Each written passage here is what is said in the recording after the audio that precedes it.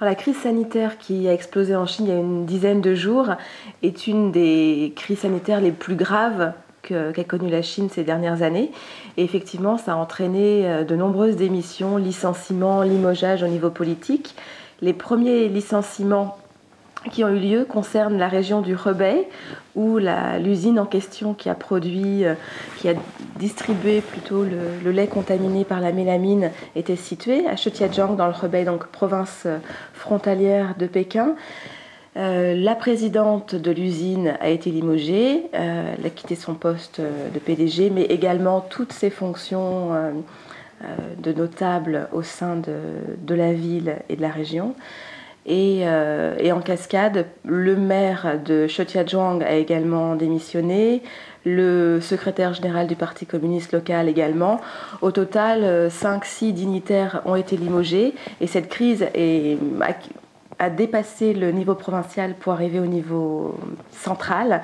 Et le patron de l'agence de sécurité sanitaire a présenté sa démission qui a été acceptée par le gouvernement il y a quelques jours.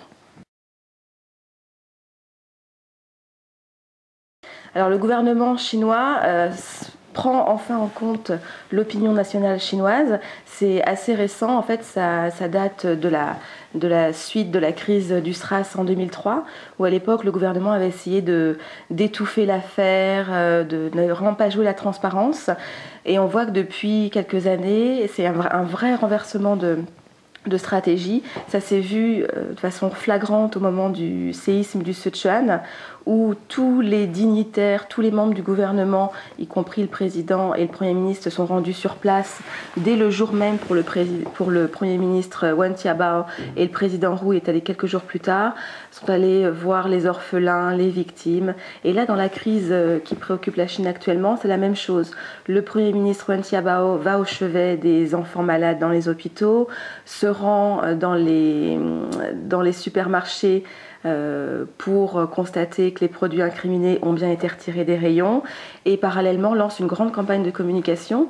Donc les médias officiels sont mis à contribution, les journaux, la télévision, pour faire le point sur la situation et donner un maximum de détails à la population, donner la liste des produits sains, la liste des produits incriminés, met en place également des lignes téléphoniques où les parents peuvent appeler 24 heures sur 24.